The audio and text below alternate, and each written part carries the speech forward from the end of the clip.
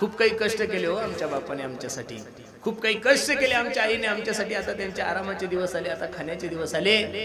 आमची आई आम्हाला सोडून गेली, काही सांगतात बाप सोडून गेले. बसणाऱ्या मंडळीला मला एवढंच सांगायचंय, लोक तुम्हालाही सोडून गेले, लोक मलाही सोडून गेले, हे जगातलं आश्चर्य नाहीये गड्या.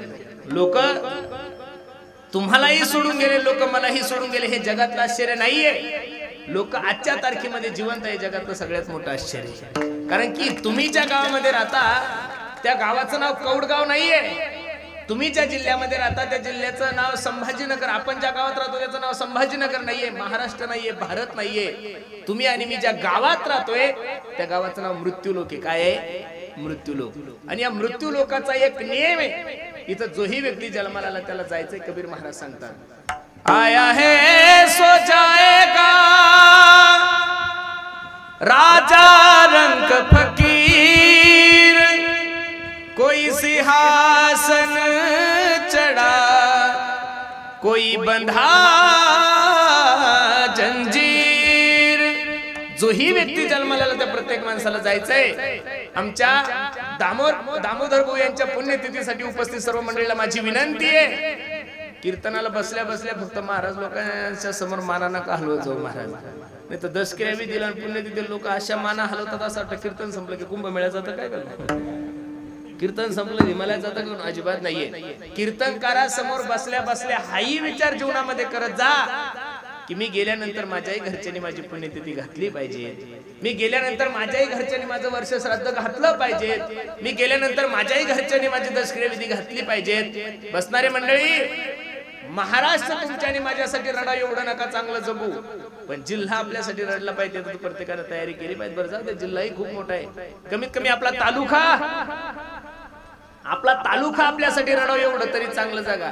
याच्यापेक्षा सबसिडी द्यायला मी काही कॅबिनेट मंत्री नाहीये. नका का तालुका रडे ना, कमीत कमी गाव तर रडलं पाहिजेत का नाही महाराज?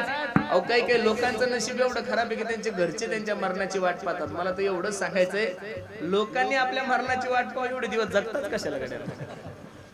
लोकांनी आपल्या मरण्याचा नवस करावा, आबा एवढे दिवस कशाला जगायचं? अजिबात नाहीये. थोडं जीवन जगा. या महाराष्ट्रामध्ये जेवढे काही क्रांतिकारी लोक होऊन गेले, आवाज थोडा कमी करतो, फक्त आवाजाकडे लक्ष द्या. या महाराष्ट्रामध्ये जेवढे काही संत महानुभाव होऊन गेले, जेवढे काही क्रांतिकारी लोक होऊन गेले, त्यांचा जीवन चरित्राचा जर अभ्यास केला तर त्यातला कोणताच महात्मा 100 वर्ष जगलेला नाहीये. ज्या जगद्गुरु तुकोबरायचे अनुयायी म्हणून घेतोय आपण, त्या तुकोबरायचं आयुष्य फक्त 43-44 वर्षाचं होतं महाराज. छत्रपती शिवाजी महाराजांचं आयुष्य पहा, संभाजीराजांचं आयुष्य पहा. अरे एकदम कमी आयुष्य माझ्या ज्ञानोबरायचं. 22व्या वर्षी जीवन संपवलं माझ्या ज्ञानोबरायांनी. 22व्या वर्षी अवतार कार्य संपवलं. पण काम एवढं सुंदर केलंय की अजून त्यांच्या नावाचा सुगंध या महाराष्ट्रात दरवळतोय. गेले दिगंबर ईश्वर विभूती, गेले दिगंबर ईश्वर विभूती, हो राहिला त्या कीर्ती जगामाची, जगामाची राहिला त्या कीर्ती जगा. गेले दिगंबर ईश्वर विभूती,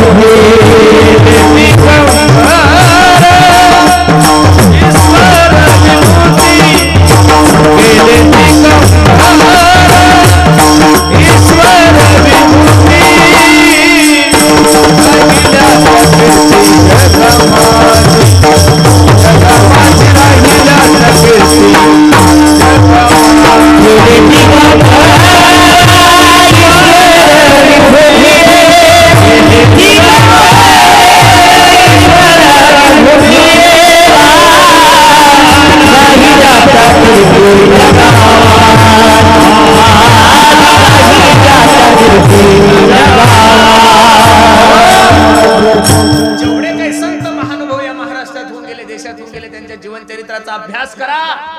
त्यातला कोणताच महात्मा 100 वर्ष जगलेला नाही हो. म्हणून जीवन थोडं जगा गड्यावर, पण जीवन असं जगा की तुम्ही गेल्यानंतर लोकांच्या डोळ्यामधून अश्रू आले पाहिजेत. कबीर महाराज किती गोड सांगतात पहा. कबीरा जब हम पैदा हुए जग हसे हम रोए ऐसी करनी कर चलो जग रोए हम हसे. ए माय बाप, जीवन असं जगा की तुम्ही गेल्यानंतर लोकांच्या डोळ्याला धारा लागल्या पाहिजेत. आणि काय माणूस किती चांगला होता, माणूस किती परमार्थिक होता, माणूस किती धार्मिक होता, हे त्याच्या अंत्ययात्रेला गेल्यानंतर कळतं. लोक चर्चा करतात, ओ महाराज काय गोड माणूस होता हो, आमच्या कौडगाव मध्ये याच्यासारखा चांगला माणूस नव्हता. विको कमी कर थोडा. एवढा सुंदर माणूस होता महाराज, प्रत्येक गोरगरिबाच्या मदतीला धावून जायचा एवढा चांगला माणूस देव कसा बर घेऊन गेला. अशी जर कोणी कोणाच्या अंत्ययात्रेमध्ये चर्चा करत असेल तर समजून चालवतो देव माणूस आहे. काही लोक मेले तिकडे गौऱ्या रचना चालू असतात आणि तंबाखूला चुनाला होत म्हणतो महाराज. हो महाराज बरं झालं हो आमच्या कौडगावची घाण गेली असंही बोलतात बरं लोक महाराज. यांनी एक सुद्धा ग्रामपंचायत बिनविरोध होऊ दिली, यांनी एक सुद्धा सप्ताह चांगला होऊ दिला नाहीये, यांनी एका सुद्धा पोरीची सोयरी व्यवस्थित होऊ दिली नाहीये. अरे लोकांनी आपल्या मरणाची वाट पाहू एवढे दिवस जगू नका महाराज. काय वैभव असेल माझ्या ज्ञानोबरायचं, काय वैभव असेल माझ्या तुकोबरायचं. अरे अंतकाळी विठू आमासी पावला आणि गुढी सहित झाला. अरे जगद्गुरु तुकोबरायचं संसारिक जीवन येत किंचित थोडंफार प्रॉब्लेम असेल तुकोबरायला, अडचण असेल, दुष्काळे आटीला द्रव्य नेला मान श्रेय कान्ना अन्न करता मिली म्हणले तुकोबराय. अरे पण परमार्थिक वैभव काय होतं, विश्वाचा मालक माझ्या जगद्गुरु तुकोबरायला नेण्यासाठी आला. अंतकाळी विठू शेवट तो भला माझा बहु आलो दिनाच्या माहेरा पूजी रुक्माईच्या वरा. आमचा शेवट गोड झाला. आणि ज्ञानोबरायचा तर विचारच करायचा नाही महाराज. एक हात निवृत्तीनाथ दादा धरला, दुसरा हात कोणी धरलाय, जगाच्या मालकाने. देव निवृत्ती याने धरले दोन्ही आणि जातो ज्ञानेश्वर बैसावया. असं वैभव पाहिजेत की अंतकाळी सुद्धा जगाचा मालक उपस्थित होता. म्हणून सर्वांना माझी विनंती आहे, जीवन थोडं जगा गड्यांनो, पण आपण गेल्यानंतर निश्चित तुमची उत्तम कीर्ती या जगामध्ये शिल्लक राहिली पाहिजे. महाराज सांगतात, हा उत्तमची बुरे कीर्ती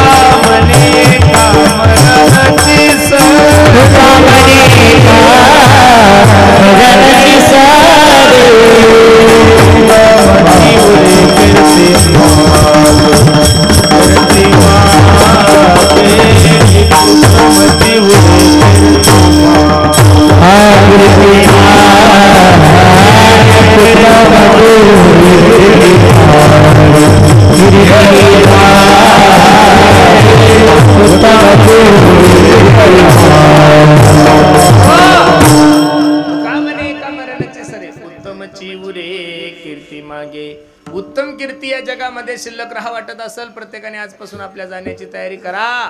तुम्ही किती दिवस जीवन जगले याला महत्व नाही, जीवन कसं जगले याला महत्व आहे महाराज. दामोदर दादांचं जीवन जर पाहिलं, सर्वांनी त्यांचं जीवन अनुभवलंय.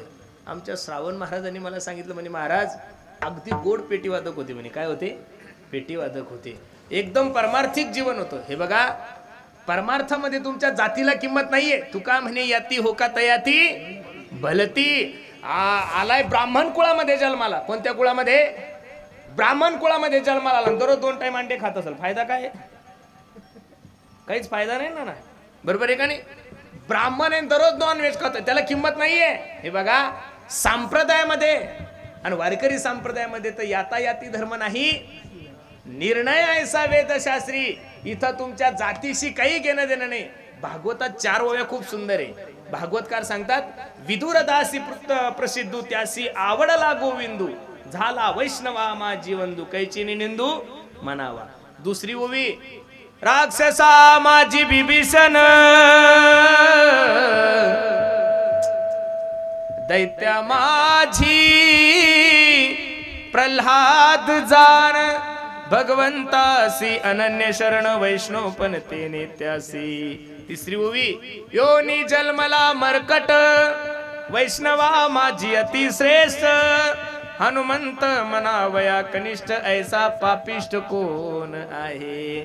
जाती कुळाचा जर विचार करायला गेलो तर हनुमंतराय वानर योनीमध्ये जन्माला आलेले, पण आध्यात्मिक क्षेत्रामध्ये एवढा मोठा अधिकार प्राप्त झालाय की तुकोबराय सारख्या महात्म्याने सांगावं की काय भक्तीच्या त्या वाटा मज दावया. आणि शेवटची ओवी किती गोडे पा. पक्षा माझी केवळ निंदू जटायू उद्धरिला म्या गिधू उद्धरिला धर्म व्याधू भाव शुद्धू मदर्थी. म्हणून जाती कुळाचा विचार नाहीये महाराज. म्हणून सर्वांना माझी विनंती आहे, प्रत्येकाचं जाणं ठरलेलं आहे. अरे इथं बसणारे मंडळी, तुम्हाला इथं बसणाऱ्या 95% लोकांना कोणाला पंजोबाचं नाव माहित असेल तर खापर पंजोबाचं नाही, खापर पंजोबाचं माहित असेल तर टपर पंजोबाचं नाही, टपर पंजोबाचं माहित असेल तर चपर पंजोबा मला तर काही माहित नाही, तुमचं काही सांगता येत नाहीये. अरे मग ज्या पंजोबाने प्रॉपर्टी कमवली, गावात वतनदारी कमवली, एवढी जमीन जुमला कमवला, त्या पंजोबाचा फोटो तुमच्याने माझ्या घरात नाहीये. एवढे दिवस झाले माझ्या ज्ञानोबराय तुकोबरायला जाऊन, एवढे दिवस झाले माझ्या छत्रपती शिवाजी महाराजाला जाऊन. अरे वाईट वाटतं, काय लोकांचं जीवन तेजस्वी असेल महाराज. नुसता छावा पिक्चर पाहिला आणि पिक्चरच्या थिएटर बाहेर लोक आले, त्यांना विचारलं की लोक काही बोलायच्या अगोदर रडायला लागले महाराज. एवढं संभाजीराजांचं कार्य आहे, बरोबर आहे का नाही.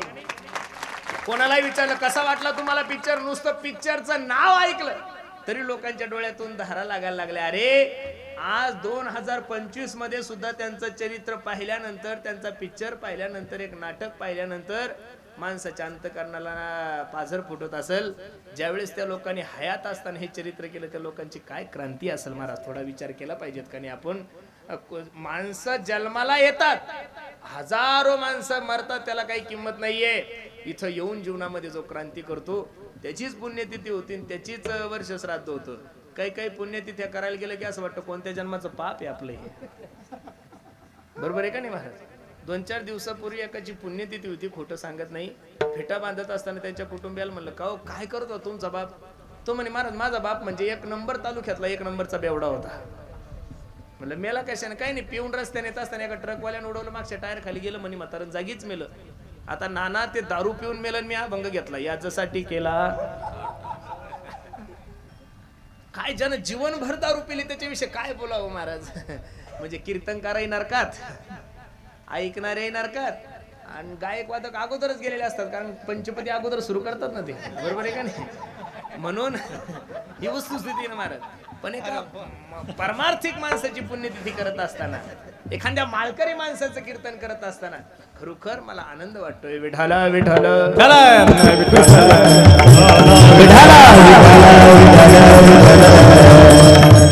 अभंग जगत गुरु तुकोबराय. काय उरायला बाळा, शिट्टी नको मारू दे, आवाज कमी ठेव बस. एवढ्याच लोकायला आलं पाहिजे, घरच्याचं काही ठिकाणी घेतला आपण. एवढे भरपूर झाले माझ्यासाठी, बरोबर आहे का नाही. इथं कमीत कमी 10 कीर्तनकार बसले, त्यांच्या प्रत्येकाच्या समोर 5-5, 2-2, 3-3 हजार लोक बसतात. भरपूर झाले, 25-30 हजार लोक, बरोबर आहे का नाही. लक्ष देऊन ऐका.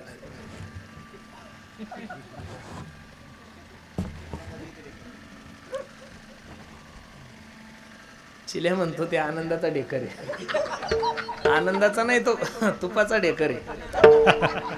विठ्ठल विठ्ठल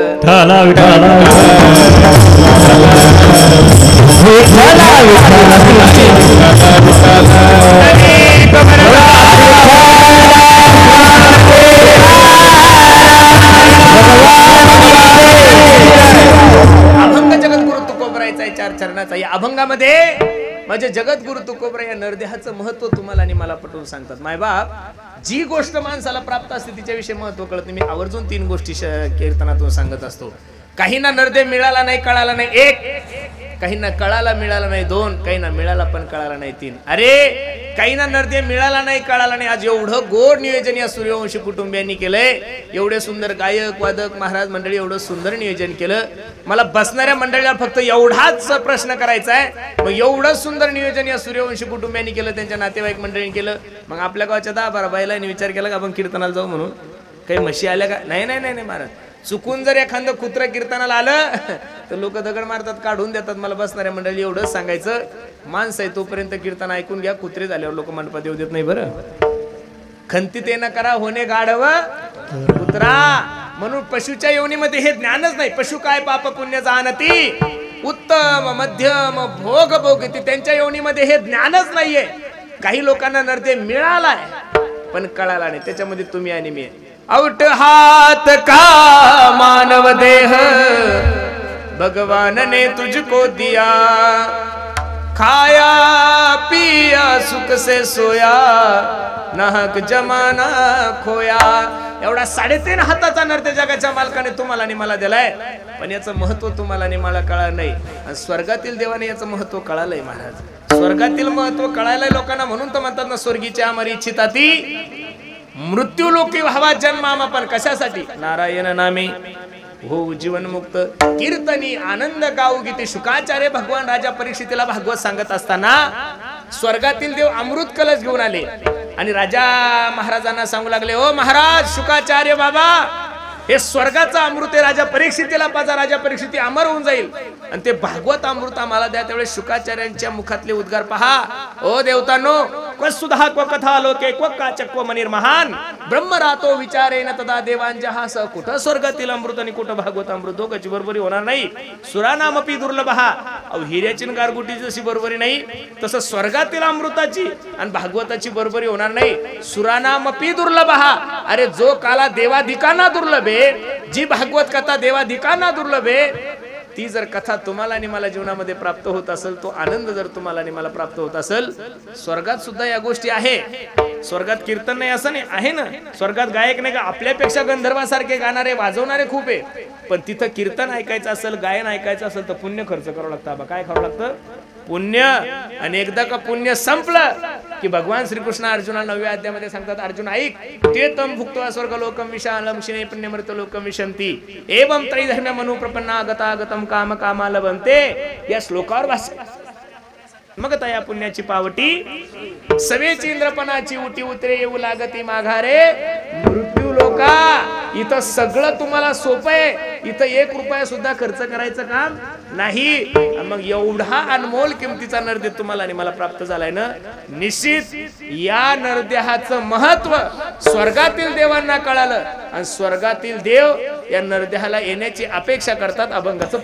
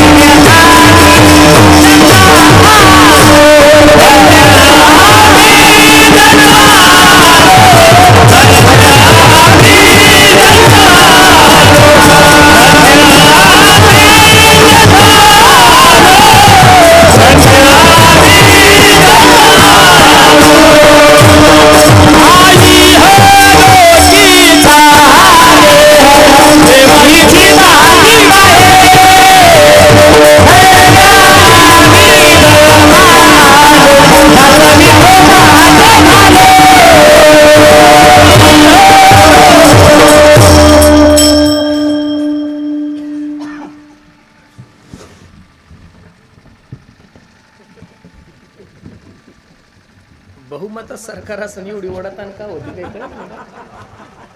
बरं काही आमदार कमी नाही आपल्याला, सगळं बहुमतात आहे. इहलोकीचा हा देह, आवाज कमी कर. इहलोकीचा हा देह देव इच्छिता ती पाय. अनमोल किमतीचा नरदे तुम्हाला आणि मला प्राप्त झाला, याचं महत्व तुम्हाला आणि मला कळत नाहीये. का लोकांना कळत नाही? भागवतकार सांगतात, अरे काल व्याल मुख क्राश त्राश निर्नाशे तवे श्रीमद भागवतम शास्त्रम कलोपेरेन भाषितम. कधी तुम्ही तुमच्या जीवनाचा यथार्थ विचार करणार आहात? अरे अनमोल किमतीचा नरदे तुमच्या आणि माझ्या जीवनामध्ये प्राप्त झालाय. पावला हा देह कागट आली. अरे आंधळ्याच्या हातात कावळा सापडावा तसा नरदे सापडले का राजाने दौंडी दिली होती गावात. ऐका हो ऐका, जो कोणी कावळा पकडून आणल त्याला 5,000 मोहरा दिले जाईल. आता कावळा काही पकडायची गोष्ट आहे का महाराज? कावळा वेगळा, डोम कावळा वेगळा. कावळा हा दशक्रिया दिला असतो. डोम कावळे प्रत्येक ठिकाणी, कीर्तनात आहे, दिंडीत आहे, सप्त्यात आहे, प्रत्येक ठिकाणी महाराज. आता कावळा कुठं पकडत असते? डोळ्यावाले लोक म्हणायचे दशक्रिया दिलं, सापडला तर सापडला. हा बाबा सर्व प्राण्यामध्ये चतुर प्राणी जर कोणता असेल तर कावळा आहे महाराज. बरोबर आहे का नाही? कावळा आहे. एक आंधळा मनुष्य गंगेवर स्नानासाठी गेला, भगवंताची प्रार्थना करू लागला, मनी नाही ध्यानी नाही, त्याला माहीतही नव्हतं आपल्याला कावळा सापडल. जसे हात वर केले तसं आंधळ्याचं भाग्य उदयाला आलं, त्याच्या हातात कावळा सापडला. काय वजन टाकू लागला महाराज तू. आता 5,000 मोहरा म्हणजे काही फुकट आहे का? पण आंधळ स्वार्थी होतं ते. म्हणे सकाळचे 10 वाजले, एक कावळा सापडला. जर 4-5 वाजा लोक ओव्हर टाइम केला तर 2-3 कावळे जर भेटले तर 15,000 रुपये कसे घरी घेऊन जाऊ? 15,000 मोहरा. मग आंधळ्यानं काय केलं? लक्ष द्या माझ्याकडे. आंधळ्यानं कावळा घेतला आणि बगलात ठेवला. कुठं ठेवला? आंधळ्यानं कावळा घेतला आणि कुठं ठेवला? बगलात. आणि दुसरा कावळा पकडण्यासाठी आंधळ्यानं हात वर केले. नाही कळलं? चला पुढं. बरोबर आहे का नाही? आता होता तो निघून गेला. आता किती चातुर्मास केले म्हणजे आंधळ्याला कावळा सापडेल का? अरे तसं पावल आंधळ्याच्या हातात कावळा सापडावा तसा नरदे तुमच्या आणि माझ्या जीवनामध्ये सापडलाय. पुनरपि मरणम पुनरपि जननम पुनरपि जननी जठरे शयनम. किती वेळा जन्म यावे नित्य व्हावे फजित. एक एक येऊनी कोटी कोटी फेरा मग लागे वारा मनुष्य द्याचा. मग एवढा अनमोल किमतीचा नरदे जर तुम्हाला आणि मला सापडला असेल ना तर बसणाऱ्या मंडळीला माझी विनंती आहे, वेळ नका वाया घालू गड्यानो. भगवंताचं चिंतन करा, भजन करा. महाराजांनी सांगितलं ना, जव हे सकळ सिद्ध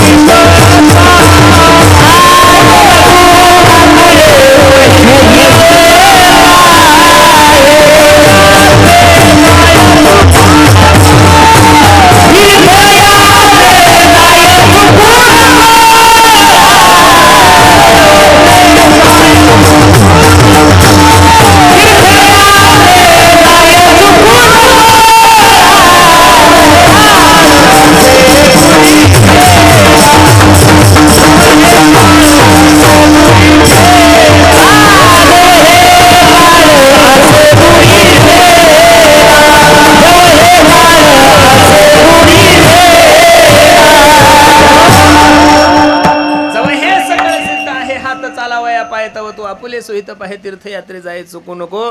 मला आल्यानंतर कळालंय की 2 धाम यात्रेला जायचं होतं आमच्या दादांना. बरोबर आहे का नाही? 2 धाम यात्रेला जाण्याच्या अगोदरच देवाज्ञा झाली आणि त्यांना या मृत्यू लोकाची यात्रा संपून जावं लागली. पण त्यांच्या मनात जर असेल मला तीर्थयात्रा करायची, बरोबर आहे का नाही, आमच्या दामोदर भाऊच्या मनात जर असेल मला तीर्थयात्रा करायची, तर मला तरी असं वाटतं पुढचा जन्म त्यांना नक्की एखाद्या वैष्णवाच्या कुळामध्ये जन्माला आला असेल. याचं कारण जन्म घेणे लागे वास. जड भरता राजाची कथा भागवतामध्ये माहिती आहे. भरतासारख्या राजाला हरणीच्या गर्भात जावं लागलं आणि घाला तो घातला वासनेने. म्हणून एवढा सुंदर नरदे तुमच्याने माझ्या जीवनात प्राप्त झालाय. महाराज सांगतात, जव हे सकळ सिद्ध आहे हात चालावया पाय तव तू आपुले सोहित पाहे तीर्थयात्रे जाय चुकू नको. पण कधी? जव हे काळ असे दुरी ठेला. जोपर्यंत काळाची झडप तुमच्या आणि माझ्या जीवनामध्ये होत नाहीये तोपर्यंत सावध व्हा गड्यानो. देवाचं भजन करून घ्या. का लोक पळतायत मला काही कळत नाही महाराज. किती जरी पळलं तरी समाधान नाही. बरं मला तर एवढं वाईट वाटतं, काय चुकून कीर्तनकार झाल्यासारखं वाटतंय महाराज. कठीण आहे, इतकं पळावं लागतं. नाना तुमचं बरं आहे, तुम्ही पळाले तरी काय लयतले संभाजीनगर आणि इकडे पार जालना आणि गेले ताळंदी पंढरपूर, तुम्हाला कुठं पळायचं काम नाहीये. आणि नानापेक्षा सोपं आमच्या शिवाजी आबाच आहे, त्यांना तर कुठं पळायचीच गरज नाही. काय सावकार माणूस आहे, बरोबर आहे का नाही? व्याजावर जगू शकतो एवढा मोठा माणूस आहे, काही ताणच नाही, बरोबर आहे का नाही? कठीण ताळा आहे. चला विनोदाचा भाग सोडून द्या. का धावतो हे कळत नाहीये. ज्याच्याकडे पैसे नाही तोही धावतोय, आणि ज्याच्याकडे पैसे तोही सुद्धा धावतोय. महाराज सांगतात सर्व सुखाचे आशा जन्म गेला, क्षण एक मुक्ती यत्न प्रयत्न नाही केला, क्षण एक मुक्ती यत्न नाही केला, हिंडता दिशा क्षीण फावला माया वेशीला जीव माझा. आणि नुसती धावपळ चालू आहे, पळणं चालू आहे. कशासाठी पळतोय?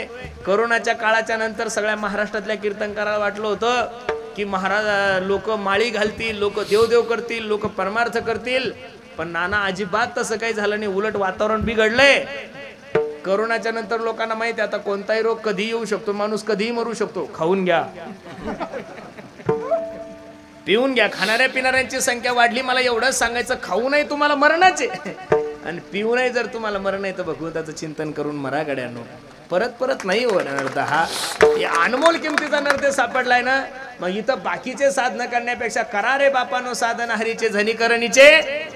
किती सुंदर आहे. पुढे पहा, येणे नो हे जन्म यमाची यातना, आणि ऐशी या साधना. असं साधन करा गड्या हो की जेणेकरून तुम्हाला यम त्रास देणार नाही. तुमच्या बायकोला तुमची दया येईल, तुमच्या आईला तुमची दया येईल, तुमच्या भावाला दया येईल, तुमच्या साहेबाला तुमची दया येईल. पण महाराज यमाला दया नाही येत बरं. नाही त्या यमाशी तुम्ही जर त्याच्या यादीत चुकले आणि तिथं जर तुमची बेरीज झाली आणि तुम्हाला त्यांना कळलं की हा बिनकामी माणूस आहे, तर काय फजिती महाराज. किती प्रमाणात सांगायचे. मारिती तोडी ती जोडी